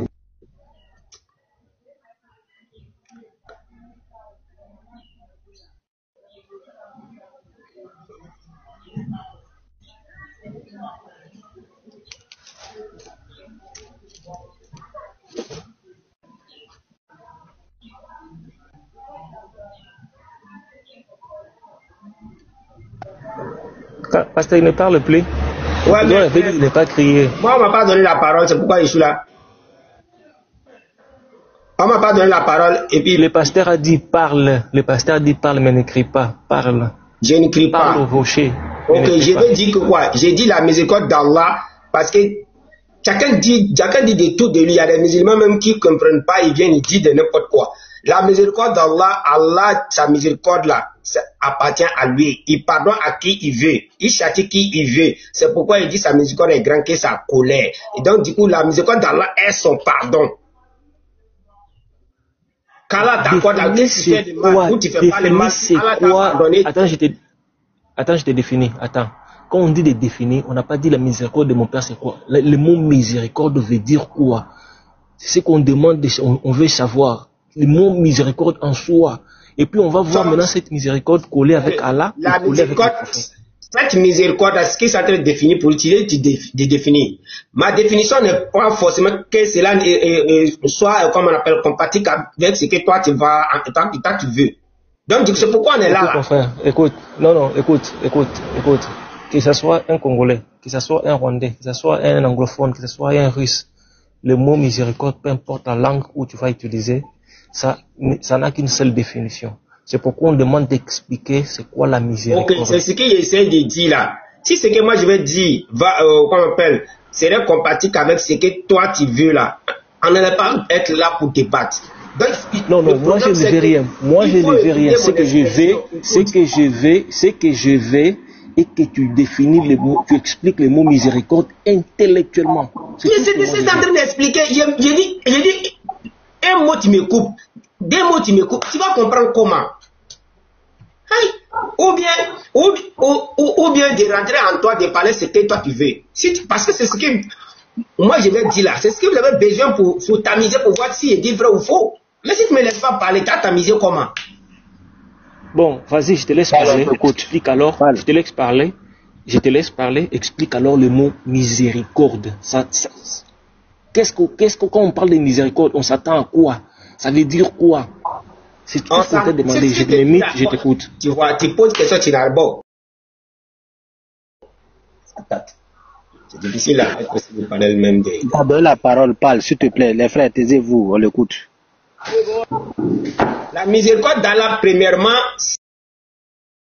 c'est son pardon. Et de deux, pour avoir accès à sa grande miséricorde, c'est le paradis. Je vais te donner Et laisse-moi parler. Ouais, bon, vas-y. Si tu finis aussi ici. Ça va, je vais donner une définition. Et puis tu vas me dire si tu es d'accord ou pas avec ça. Je vais t'expliquer. Et puis tu me dis si tu es d'accord, si c'est vrai ou pas. La miséricorde, c'est le fait d'accorder une compassion, je peux dire, peut-être une faveur positive vers une personne qui ne le méritait pas. Je te donne un exemple. Un prisonnier qui est condamné pour faire 10 ans en prison, le président signe une grâce présidentielle, il lui fait une miséricorde. C'est lorsque la loi te reconnaît coupable et tu es obligé de subir la loi, l'effet de la loi, mais vu que la loi est puissante, mais on vient utiliser la miséricorde pour pardonner, pour effacer, pour annuler la punition qui était sur toi. C'est ça la miséricorde. Bon, qu'est-ce que tu es d'accord sur ça? Bon, écoute-moi, qu'est-ce que tu n'as pas compris dans tout ce qui vient de... Des gens nous écoutent dans le monde entier, je ne sais pas quoi. Mais je te dis, c'est le pardon. Ça veut dire qu'Allah te pardonne. Si tu vois Allah est en train de te pardonner, ça veut dire que tu as fait quelque chose qui t'a pardonné. Que tu fais quelque chose ou pas. Une fois que quelqu'un te pardonne, ça veut dire qu'il t'a fait miséricorde. C'est ce qu'il vient de dire. Il faut enregistrer ce qu'il est en train de dire. Il vient de dire que j'écris. C'est en train de dire, ça veut dire que je ne sais pas comment est-ce que vous comprenez. Je dis c'est le pardon. Parce que ce que tu es en train de dire là, quand le président fait miséricorde à quelqu'un parce qu'il a fait quelque chose de mal et que le président fait décret pour dire que pour l'accorder une miséricorde, il lui pardonne. Ce n'est pas le même pardon qu'il vient de dire que c'est le pardon d'Allah. Aïe! Tu sais que... Attends, il est écrit, attends. Ok, vas-y. Je voulais juste te dire... Bon, le vide parle. Peut-être tu es... Ce que tu as dit là, ce que tu as dit là, ça contredit pas pour moi. Monsieur Taouba, on a compris. Donc, Allah a envoyé son prophète Mohammed pour pardonner, si tu veux, selon ta définition, c'est pour qu'il accorde le pardon aux gens. C'est bien ça? Je vais donner les versets. Non, j'ai pas besoin de versets. J'ai dit, selon ta définition que tu viens de donner, tu dis c'est pour accorder le pardon. Donc Allah a envoyé son prophète sur la terre pour accorder le pardon à l'humanité. C'est bien ça? Oui, pour quiconque revient vers son Seigneur repentant, qui reconnaît son... Non. Dans le verset, il n'y a pas condition. Dans le verset, il n'y a pas ceux qui vont revenir, tu seras miséricorde envers eux. Il n'y a pas condition dans le verset. Monsieur. Dans le verset qu'on a pris, la sourate 21, verset 107, il n'y a pas de condition dedans. Il n'y a pas condition. Tu ne vas pas venir nous imposer ce qu'il n'y a pas dans le verset. Pardon, Dieu est bon, ferme ton micro s'il te plaît. Depuis on t'écoute, on te demande la définition de miséricorde. Depuis tu parles. Tu ne nous as pas dit dans la... Laisse-moi parler. Depuis tu parles, quand on te demande la définition, tu n'as pas dit que la définition de miséricorde, c'est d'accorder le pardon à celui qui revient. C'est pas ce que tu as dit. Tu as dit c'est accorder le pardon. Tu t'es arrêté à ça. Donc on s'en va sur le postulat de ta réponse en ce qui concerne la miséricorde. Donc tu ne vas pas venir au beau milieu quand on commence à poser des questions, tu vas venir rajouter des choses.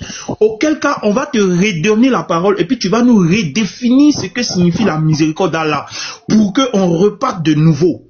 Qu'est-ce que signifie la miséricorde de ton Allah? Faut nous expliquer ça. On t'écoute et puis on va partir sur ce que tu vas dire maintenant.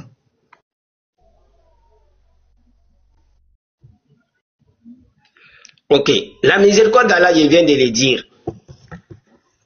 Je ne peux pas changer ma parole. La miséricorde d'Allah est de pardonner à quelqu'un qui a commis des excès à son propre détriment.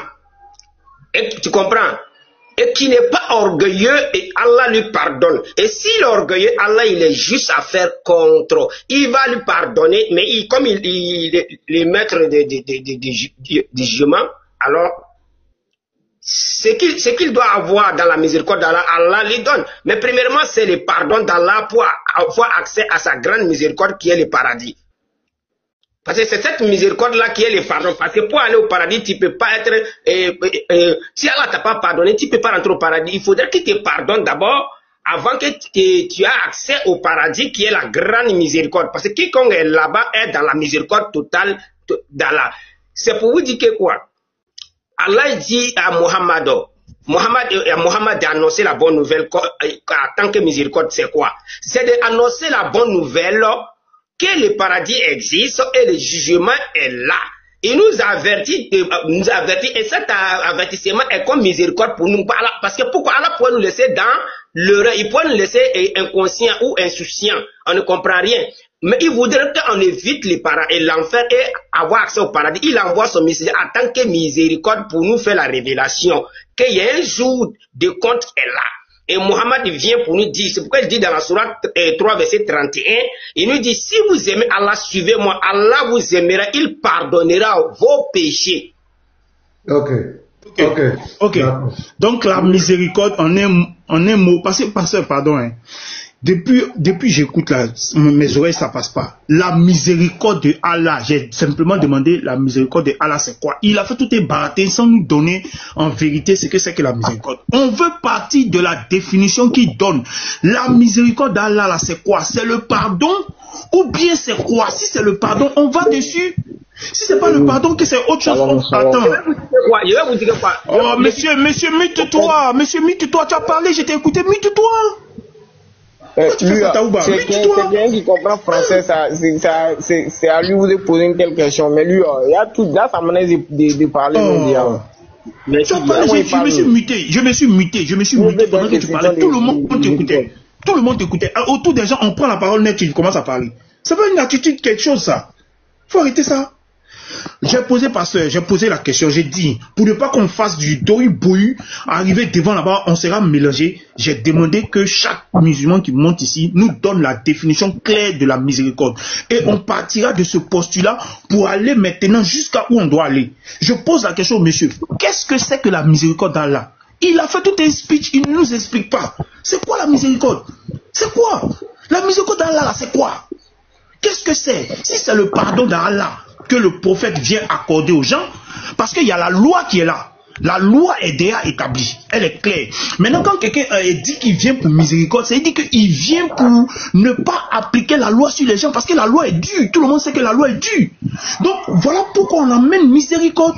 Miséricorde pour que ça surpasse la loi. La miséricorde d'Allah, c'est quoi? C'est ce qu'on veut savoir. C'est tout ce qu'on demande, pasteur. Moi, je ne comprends pas. Pour ça, là, on fait pour simplement définir un mot, là. Il n'a pas répondu. Mais c'est grave. C'est grave. Pour simplement connaître la définition, et puis on va danser maintenant sur la définition, là. Parce qu'on ne peut pas avoir deux définitions différentes du même mot. Parce que les musulmans, quand on dit consommer le mariage pour eux, ça ne veut pas dire consommer, ça veut dire aller se promener avec la fille. Donc nous, on est perdus. Depuis ce jour, on a compris que consommer le mariage ne veut pas dire avoir des rapports sexuels, mais aller se promener. Nous, on est perdus, on fait attention. Donc maintenant, pour discuter avec vous, on veut que vous nous donniez ce que ça signifie en islam. Hier, on a appris qu'en islam, se purifier, ce n'est pas venir demander pardon, mais se purifier, c'est venir demander la sentence. Donc, les mots En fait, en islam, les mots changent de définition, changent de sens. Donc, on veut que vous soyez clairs avec nous. Que signifie la miséricorde d'Allah? Donnez-nous en une phrase, en un mot, la définition de la miséricorde en islam, et puis on va évoluer dessus. Oh, c'est pas compliqué ça. Je t'ajoute quelques secondes. Juste, je vais dire une chose quelques secondes vite. Pour qu'il comprenne. Quand on parle, je donne un exemple. Pour aller au ciel, nous on ne mérite pas, les chrétiens ne méritent pas d'aller au ciel. C'est par la miséricorde de Dieu qui nous fait entrer au ciel. Parce que si on devait être passé par la loi, on ne mérite pas d'aller au ciel.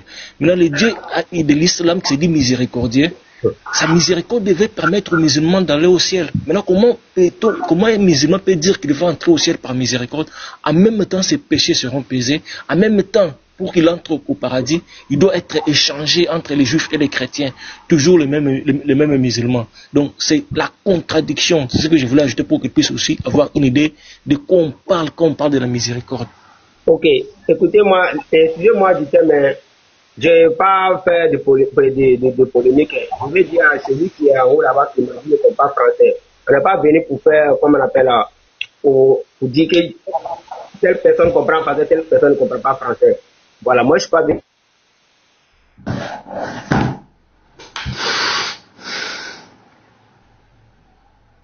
Bon, les gars, moi je crois qu'on va avancer. Je ne sais pas, il a bugué. Monsieur Bellamy. Dis la musique, c'est la grâce quand on est sauvé là. Hein? Tu fais un débat avec moi totalement ça. Coran, Bible là, tu vas voir ta Bible va te condamner. Mais je ne suis pas là pour parler de ça. Si tu dis c'est faux là, on lance le jour du débat. Je vais répondre à la question de M. Ménard et les Lévites. Ok. J'ai dit bien. Notre réponse, vous n'êtes pas obligé de prendre notre réponse. Raison pour laquelle on est là. Je donne ma réponse sur la miséricorde.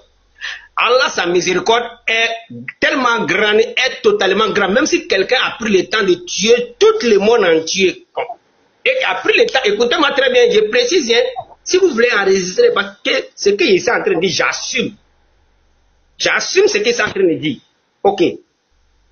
J'ai dit, même si quelqu'un a pris son temps à tuer tout le monde entier, et il a écoutez-moi, et qu'il a pris tout son temps à insulter Dieu, Allah peut le pardonner. Mais comme il a déjà posé ses conditions, Allah ne va pas se contredire. Il a posé ses conditions. Il a dit, ceux qui font les bonnes actions là, vont au paradis. Ceux qui font les mauvaises actions vont aller à l'enfer. Il a déjà édifié les deux lieux. Et il a encore envoyé un autre loi pour dire ce qui... Mon frère, la miséricorde d'Allah là, c'est quoi? Ah!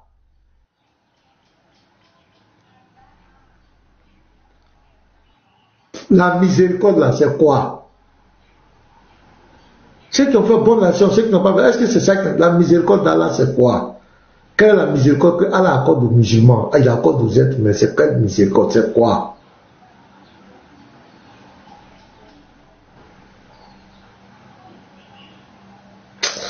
On va aller avec, il est parti, Bellamy. Bellamy 22, bonjour. Monsieur Bellamy.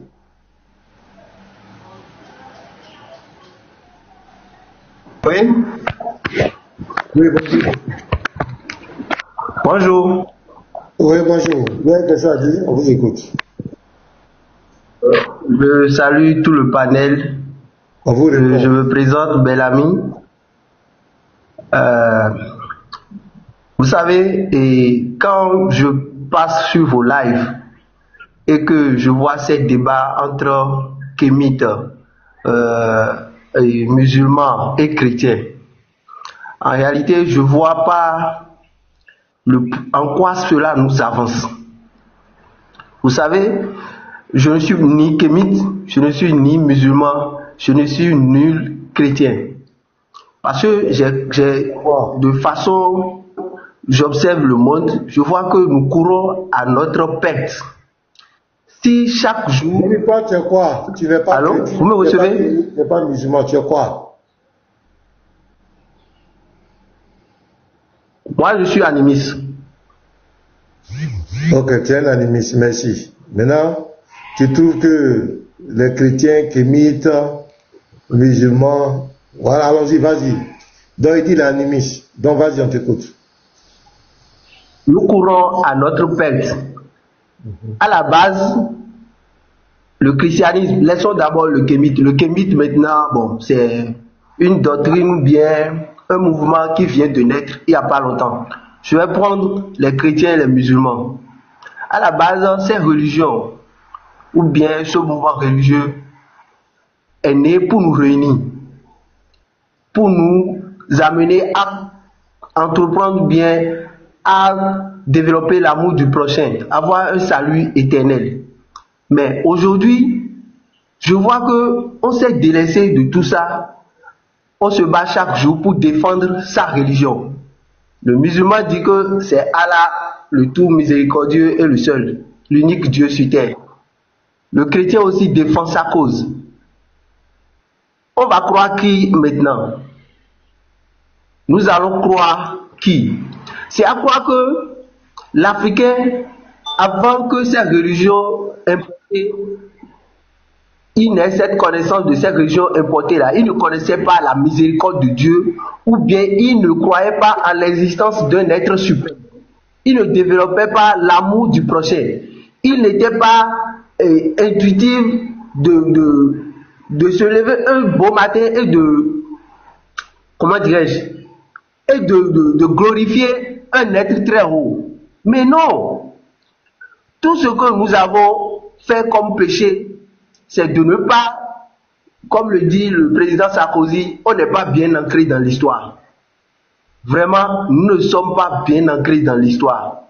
Que les personnes, bien les musulmans viennent en Afrique nous torturer, nous malmener ou bien nous mentir pour instaurer leur religion, tant pis, c'est parce que le très haut ou bien le Dieu universel, l'énergie suprême, que tout le monde, que tu sois au nord, au sud, peu importe ta position sur la terre, lui, il ne voit pas ta position religieuse avant de te bénir, avant de te faire du bien. Ok, on a compris. Monsieur Balami, l'animisme là, l'animisme que tu pratiques là, qu'est-ce que ça apporte à l'Afrique? Qu'est-ce que ça nous apporte? Ok, monsieur, merci pour votre question. C'est une question très pertinente. Il faut comprendre que vous êtes là, vous existez, et j'existe, on se communique par ce panel. Si on va remonter le temps, le christianisme est venu en Afrique, ou bien sur notre continent, je pense bien depuis le 4e siècle ou bien le 5e siècle, si j'ai bonne mémoire. Aujourd'hui, maintenant, nous sommes au 21. Tu n'as pas une bonne mémoire. Eric, tu n'as pas une bonne mémoire. Ok, excusez-moi. Si je pense bien, il y a déjà plus de 15 siècles que nous pratiquons le christianisme ou bien l'islam. Qu'est-ce que ça a apporté jusqu'à aujourd'hui? J'ai dit, qu'est-ce que l'animisme que tu pratiques là? Parce que si vous êtes né et que vous êtes chrétien aujourd'hui, cela veut dire que vous avez tourné dos à votre culture, à vos traditions. Mon frère, allô? Parce qu'elle ne vous rapporte rien. Allô? Plus de 15 siècles maintenant, qu'est-ce que le christianisme ou bien l'islam a apporté à l'Afrique? Parce que on a tendance à croire écoutez le pasteur, que c'est l'animisme qui doit apporter forcément avant qu'on y adhère. Mais le christianisme ou bien l'islam là, lui non. Qu'est-ce que le christianisme Vous avez cherché aujourd'hui. L'islam a apporté. T'as pas dit que tu as oublié Padel. Voilà ça aujourd'hui. On ne peut pas l'éviter. Il bug. Apparemment, il bug, ne nous attendait pas. Le vrai, il a commencé à attaquer le christianisme. Moi, je ne vais même pas rentrer dans ça, l'islam, tout ça, c'est même pas important. Ton animisme là, ça apporte quoi à l'Afrique? Il va encore parler du christianisme. Vraiment, c'est là.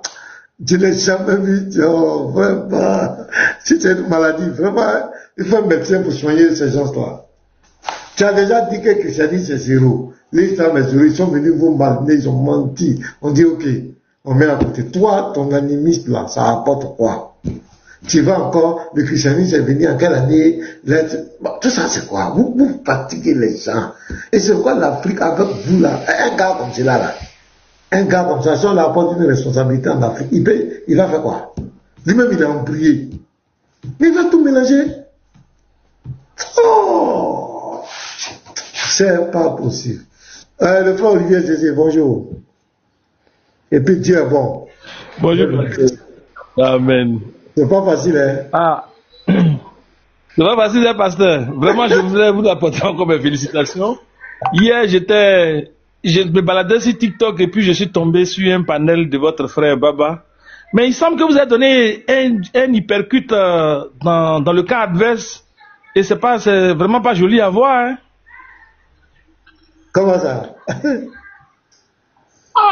Il semble que vous avez réussi à démontrer qu'il n'y a pas de miséricorde dans l'islam, au point où les gens organisaient un panel pour venir démontrer que Jésus aussi n'a pas été miséricordieux dans certains points. J'étais obligé de remonter pour échanger avec eux. Bon. J'ai senti qu'il y a vraiment, même actuellement ce matin, le sujet est encore sur la page de Baba, affaire de miséricorde. Parce qu'il y a une histoire il y a une histoire qui est racontée là. J'ai écouté partiellement l'histoire, mais j'ai eu les larmes aux yeux. Hein. L'histoire d'une dame qui avait commis une faute, apparemment qui était enceinte, et puis elle devait être, selon la loi, elle devait être elle devait être diable pour ne pas alerter le logiciel. Et donc on lui a dit, bon, comme tu es enceinte pour le moment, va, tu accouches, et puis quand tu as fini de te libérer de l'enfant, tu reviens. Et elle est partie, elle a accouché, elle a libéré l'enfant, elle est revenue et ils ont exécuté la sentence. Mais j'ai eu mal au cœur. Mais où est la miséricorde? Il t'a expliqué comment ils ont déjà la femme là? Non, je ne suis pas monté, j'étais en bas et puis j'écoutais. Mais vraiment. Comment ils ont déjà? Je vais te dire comment ils ont déjà la femme là. Peut-être. Où est l'histoire? On dit, voilà. On dit, moi, je vais aller directement là où ils ont déjà là. Lorsqu'il fut accouché, elle vient avec l'enfant, enveloppé dans son chiffon, et dit, voici l'enfant que j'ai mis au monde. Il dit, va-t'en et allaite-le jusqu'à ce que tu le sèves. Lorsqu'elle eut sévré, elle vint à lui, avec l'enfant qui tenait un morceau de pain dans sa main. Elle dit au messager, le voici, je l'ai sévré, il mange. Et le saint prophète confia l'enfant à un musulman. C'est là qu'il va prononcer et puis prononça le châtiment sur elle. On la jeta dans un fossé jusqu'à la poitrine. C'est-à-dire ils ont creusé un trou et puis ils l'ont mis dedans jusqu'à la poitrine. Donc sa tête et sa poitrine étaient exposées. Il ordonna aux gens de la lapider. C'est cruel, hein, pasteur. Excuse-moi. Elle avait fait quoi? Non, c'est une femme qui a commis Elle a commis l'adultère. Personne ne l'a attrapée. Elle est venue de façon volontaire pour venir voir le prophète. Purifie-moi. Elle est venue demander pardon. Parce que lui-même, il va confesser. Hein. Il n'a pas compris. Lui-même, il va confesser qu'elle est venue s'y repentir sincèrement. Lui-même, le prophète. Regardez. Regarde comment ça me fait mal. Puis prononça le châtiment. On la jeta dans un fossé. Dans un fossé. On a creusé un trou. On l'a mis dans un fossé pour que sa tête reste au dehors, sa poitrine. On donna de la Caliban s'avança avec une pierre qu'il lança à la tête. À la tête. Ce qui fit jaillir du sang. C'est-à-dire le premier coup était tellement fort que le sang jaillit de la tête de la femme. Là, il n'a pas encore eu pitié, hein. Mais là, il pouvait dire, regardez ce qu'il va dire. Sur son visage, et l'insulta. Tellement le coup était violent, le caillou a jailli sur le visage du monsieur qui a lancé le caillou. Tu vois? Et il insulta. L'apôtre d'Allah, Mohamed maintenant dit, entendit sa malédiction. Dans le sang est versé, il va maudire la femme. Car il s'était précipité sur elle. Alors, le saint prophète dit, Calibre, sois doux. Il dit au type, sois doux. Mais toi, tu as dit de lapider quelqu'un. Tu as creusé le trou. Pourquoi on l'a déjà? Le premier coup, tu dis, il n'a qu'à être doux. Par celui qui tient ma vie entre ses mains, elle s'est repentie. Tu vois le frère? elle s'est repentie à tel point que même un collecteur d'impôts injuste se serait repenti, il aurait été pardonné. Et dit, il reconnaît, lui-même il dit que la femme s'est repentie. On est parti sur la base de la sourate 21, verset 107, qui dit qu'il a été envoyé qu'en miséricorde, en miséricorde pour l'univers, pour tous les êtres humains. Une femme, et puis regarde la bonne foi de la femme. Elle va, elle vient, elle pourrait fuir. Parce qu'elle connaissait la sentence, elle pourrait fuir. Mais tu fais exécuter cette femme, on demande où est la miséricorde ici. Les gens veulent justifier ça. Dans la Bible, là, il y a des gens qui ont demandé pardon à Dieu, sont venus demander sincèrement pardon et qui ont été exécutés. Ils prennent les histoires d'Akan. Akan n'a jamais demandé pardon sincèrement. Akan, c'est quand le prophète, comment on appelle, Josué, l'a mis dans les faits, devant les faits accomplis. Akan n'a jamais demandé sincèrement pardon. David, quand il a tué Uri, il a pris sa femme. Il n'a jamais demandé sincèrement pardon. C'est lorsque le prophète Nathan est venu dévoiler son secret, hypocritement, maintenant, il n'était pas prêt à se confesser. Donc, ils prennent certains arguments pour vouloir, comme d'habitude. Et c'est pathétique. C'est pourquoi je vous dis que ces gens ne sont pas dans la vérité. Moussa, tu as volé. J'ai volé, mais Lévite aussi a volé. Donc, il sait que ce qu'il a fait n'est pas bien. Oui. Comment on peut dire une femme comme ça, un être humain comme cela? Elle est venue de son bon gré pour venir demander pardon. Il dit qu'elle n'est pas venue demander pardon. Le prophète dit qu'elle s'est repentie. Dans la repentie, c'est pas le pardon. On peut se repentir sans demander pardon. Le prophète même dit qu'elle s'est repentie. Lui dit qu'elle n'a jamais demandé pardon. Elle a demandé qu'on la garde. Une femme qui a son enfant. Vraiment, c'est pathétique. Et il justifie ça. Ils cherchent même des hadiths où ils ont fait lapider des femmes enceintes. Ils justifient ça. Ils justifient ces atrocités. Alors que la base de notre débat, c'est que le monsieur dit qu'il est venu pour comme une miséricorde. On l'a envoyé comme miséricorde. La miséricorde, c'est quoi alors? La miséricorde, c'est là il devait montrer la miséricorde. Une femme, donc on pouvait punir, on devait punir la peine, c'était la lapidation. Mais c'est là que tu devais lui pardonner. Le fait même que c'est elle-même qui est venue confesser. On parle de ça, ils veulent justifier ça. À la limite, on me demande encore. Parce que, en plus, on l'appelle les saints prophètes. Ok. Il y a des hadiths où il a coupé la main et les pieds des gens. S'il vous plaît, shalom les frères, shalom. Vous avez ces sources-là, vous pouvez me donner aussi. C'est violent, rien que je suis glacé. Attends, je vais te donner un encore. Regarde, on a traité un. Regarde ici. Pasteur, j'étais monté là parce que tu avais posé une question quand l'autre là, Naufal, est en train de lire un truc là. Et qu'il avait dit maïs cité dans le récit là. Ouais, non, mais c'est pas lui. C'est pas lui. Voilà. C'est pas lui. C'est ce que je voulais préciser. Puis bon. Bon, moi, c'était bon, mes yeux. C'est pas lui. Maintenant, j'ai d'autres sources encore. Finis d'abord et puis voilà. Voilà, je vais lire encore, frère. Regarde ça, regarde cela. Je vais te lire un hadith encore. Ça va te faire froid au dos. Le Sahel Abu Daoud. Écoute bien. Abu Daoud 4361.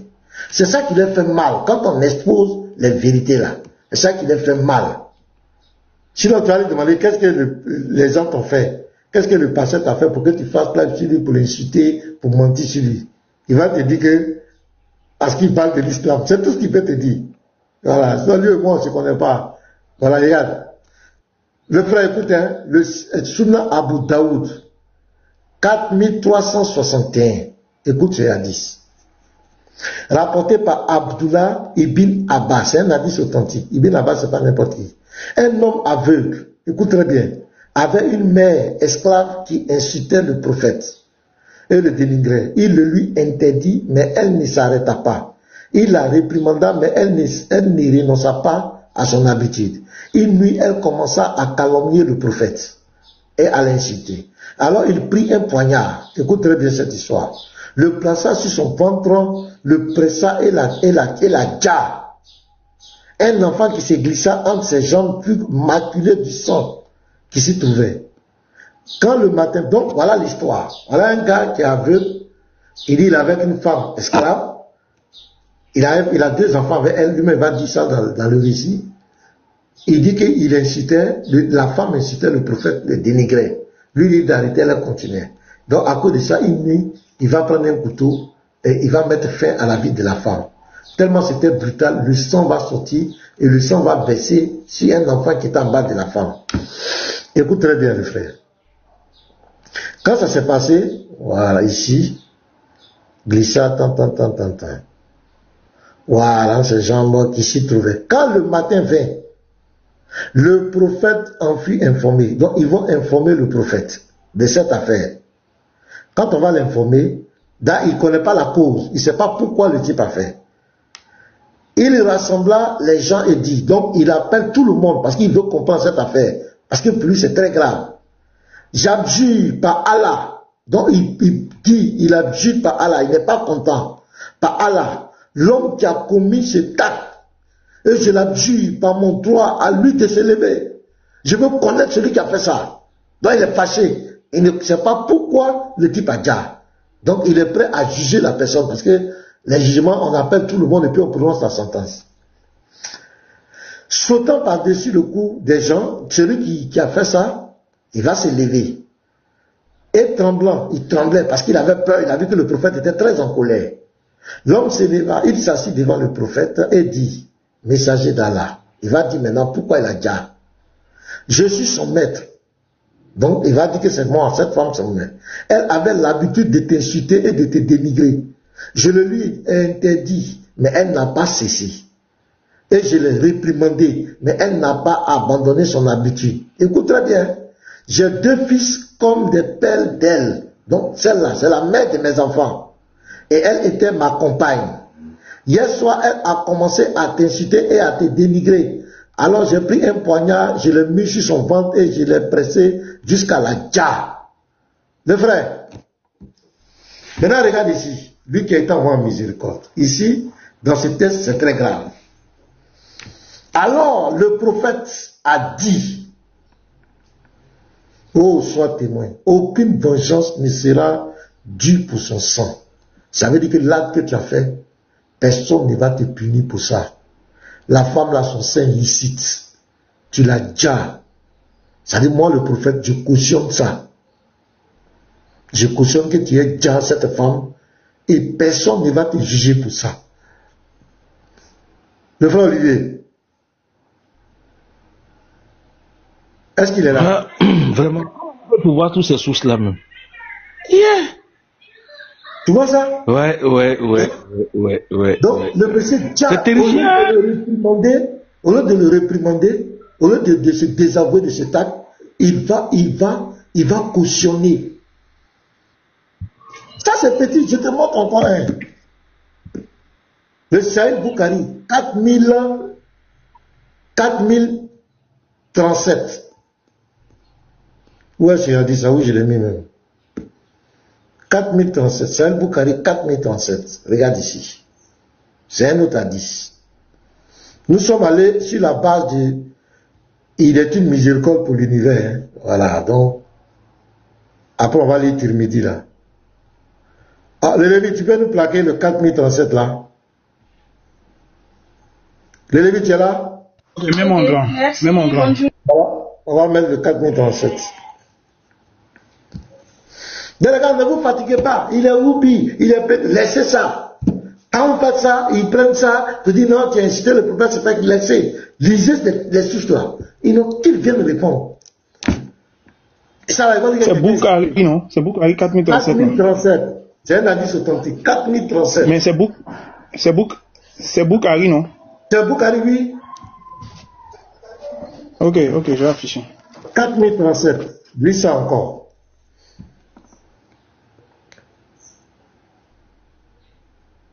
Il y en a, c'est dans la Bible, ils veulent se justifier. Non, toi, il ne faut pas nous distraire. Toi, tu parles pour ne rien dire. On n'a pas le temps. On va montrer nos preuves tranquillement. Voilà, on n'est pas là pour... On n'a pas de Doliprane matin. Hein. Toi, tu dis que tu ne crois pas au hadith.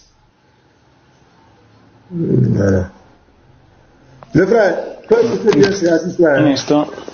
J'ai dit, on va prendre mes verres. D'un prophète qui se présente comme le truc il a été envoyé comme miséricorde pour l'univers. C'est-à-dire sans acception de personne. Il est venu en miséricorde pour tous les êtres humains. Voilà. On dit pour l'univers. Donc c'est ça okay. Que nous sommes en train de voir. Ok, vas-y, lis. Écoutez très bien.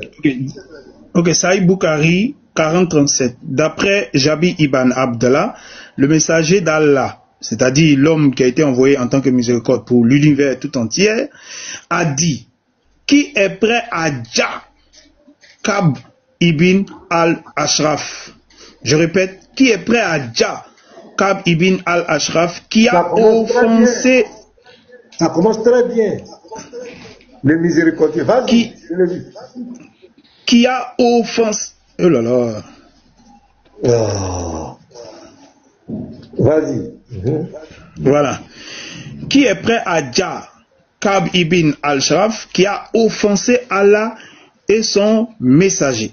Donc la raison pour laquelle le miséricordieux de l'univers demande à ce qu'on Jah quelqu'un, c'est parce qu'il a été offensé et son Dieu a été offensé. Sur ce, Muhammad ibn Maslama se lève et dit: oh miséricordieux de tout l'être humain, des êtres humains. Il dit: oh messager d'Allah, veux-tu que je le Jah? Le prophète, le messager d'Allah, l'homme miséricordieux, envoyé pour l'univers, répondit: oui.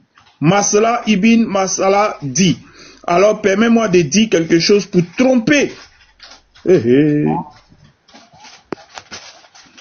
Alors permets-moi de dire quelque chose pour tromper la personne que tu me demandes de Jah. Et ils ont mis en parenthèse Ka'b. Le prophète dit: tu peux le dire. Alors Muhammad bin Maslama alla trouver Ka'b et dit: cet homme... Attends, me poser quelque chose là. Attends. Donc là, il y a deux choses qui sont là, qui sont mises en exergue. Non seulement il demande le meurtre de quelqu'un, il demande qu'on assassine quelqu'un parce que la personne l'aurait offensé ou bien offensé Allah. Le type, et puis il cautionne la manipulation, le mensonge. Parce que le type dit: je vais le manipuler, je vais le truc. Il cautionne. Nous sommes sur la base de la sourate 21, verset 107. Ne vous perdez pas de vue. Il a envoyé qu'en miséricorde pour l'univers. C'est sur cette base. Voilà. Donc nous sommes en train de tester si ce verset a un sens. Ou bien on va le gommer. Vous allez nous aider. On va gommer ce verset-là. Sinon, tant que ce verset est là, c'est une contradiction terrible. Continue la lecture, les Lévites. Ok. Le prophète dit: tu peux le dire. Alors Muhammad bin Maslama alla trouver Ka'b et dit: cet homme, c'est-à-dire Muhammad, exige de nous la sadaka, c'est-à-dire la zakat. Il nous a perturbés et je suis venu t'emprunter quelque chose. Remettez mon bras en haut. Voilà. Je suis venu t'emprunter quelque chose. Sur ce, Ka'b dit: par Allah, je vais te lasser de lui. Muhammad bin Masala. Maintenant que nous l'avons suivi, nous ne voulons pas le quitter tant que nous ne savons pas quelle sera sa fin. Nous voulons que tu nous prêtes une de tes charges de chameaux de nourriture. Différence entre les narrations concernant une ou deux chameaux ou deux charges de chameaux. Ka'b dit: oui, je te prêterai, mais tu devrais m'hypothéquer quelque chose. Muhammad bin Masla et son compagnon dit: que veux-tu? Ka'b répondit: hypothèque tes femmes sur moi. Il dit: comment pouvons-nous te prêter nos femmes alors que tu es le plus beau des Arabes? Ka'b dit: alors hypothèque tes fils sur moi. Il dit: comment pouvons-nous te prêter nos fils? Plus tard, il serait insulté par les gens qui diraient qu'un tel a été hypothéqué pour une charge de chameau de nourriture. On continue.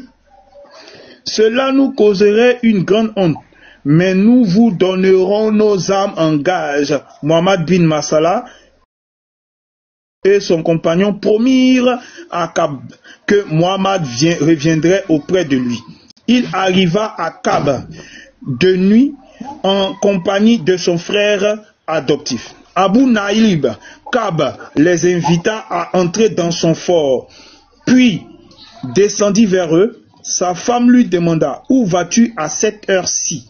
Kab répondit: seul Mohammed bin Massala et son frère adoptif Abu Naïb sont venus. Sa femme dit: j'entends une voix comme si elle coulait du sang. Dit Kab: ce sont que mon frère Mohammed bin Massala et mon frère adoptif Abu Naïb. Un homme généreux doit répondre à un appel la nuit, même s'il est invité à être dja.